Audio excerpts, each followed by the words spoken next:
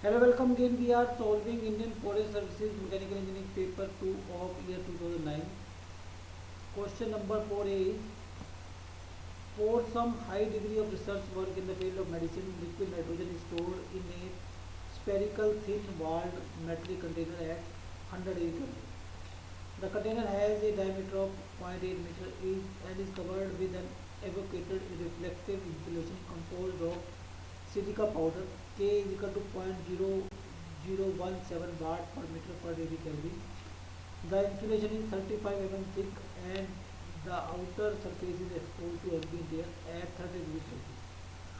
The convective heat transfer coefficient between ambient air and insulation is 20 watt per meter square per degree Kelvin. The latent heat of evaporation and density of nitrogen are 200 kilojoule per kg and 805 kilogram per meter cube respectively.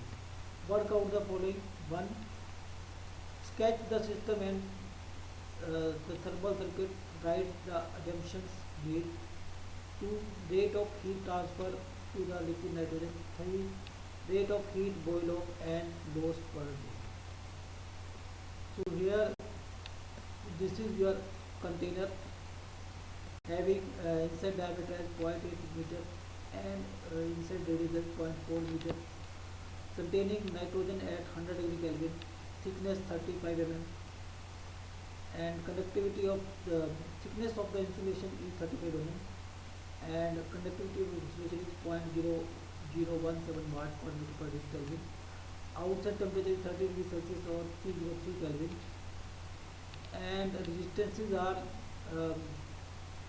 resistance of insulation, that is R2 minus R1 divided by 4 pi K R2 R1, and convective resistance is 1 by H8. So now assumption is steady heat transfer.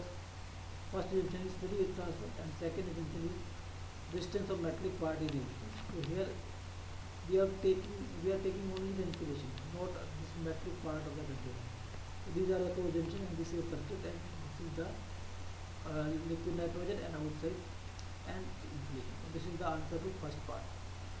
And now these distances can be calculated because R2 is 435 and R1 is 400 K is 0.0017. So putting these values we can find out RT1, so that is 9.42 Kelvin per watt, and outside resistance is 1 by HA2. H is 20 and A2 is 4 pi R square. So 435 by 1000 is R in meters. So that is RT2. So inside temperature is 30, outside temperature is 303 and inside temperature is 100. So rate of heat transfer is T naught minus Ti by RT1 plus RT2. So that is 21.5 joules per square. So now latent heat of evaporation is given, that is 200 kilojoules per kg or 200 into 1000 joules per kg. So rate of liquid boil off is 21.5 divided by this latent heat, because this is joule per kg, joule per second, and this is joule per kg. So we can find out rate of liquid boil off. So that is very small, that is 0.001075 kilogram per second.